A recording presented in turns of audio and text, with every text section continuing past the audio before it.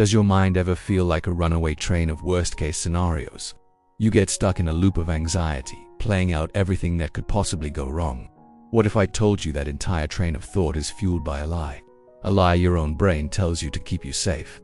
Today, you'll learn how to pull the emergency brake on that anxiety. It's the night before a big presentation, but instead of rehearsing, your mind is playing a horror movie on repeat, where you forget every word and see the disappointment on your boss's face. This pattern has a name: catastrophic thinking. You believe you're preparing for the worst, but in reality, you're suffering through an event that hasn't happened and probably never will. So why does your brain do this? It's running ancient software called negativity bias. For our ancestors, noticing danger meant survival. But today, your brain treats a tough email or conversation like a life or death threat. It's trying to protect you, but it's lying about what's truly dangerous. Here's the truth: you don't need to fight your thoughts. You need to anchor yourself in reality.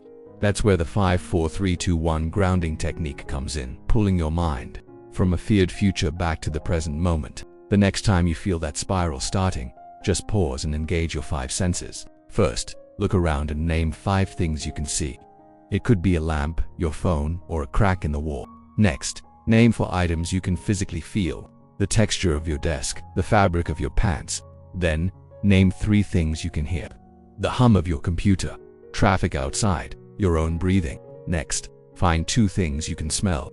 Maybe it's the faint scent of coffee or the soap on your hands. Finally, name 1 thing you can taste. This could be the lingering taste of lunch, or even just the neutral taste in your mouth. Suddenly, you're not in some hypothetical disaster. You're right here. This technique is so effective because it's impossible for your brain to focus on abstract fears and concrete sensory details at the same time. It breaks the anxiety loop. Your brain will always try to protect you by telling scary stories about tomorrow. That's its job.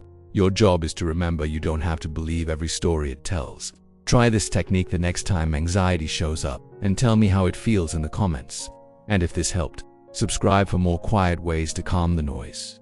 You can't control the future, but you can reclaim the truth of today.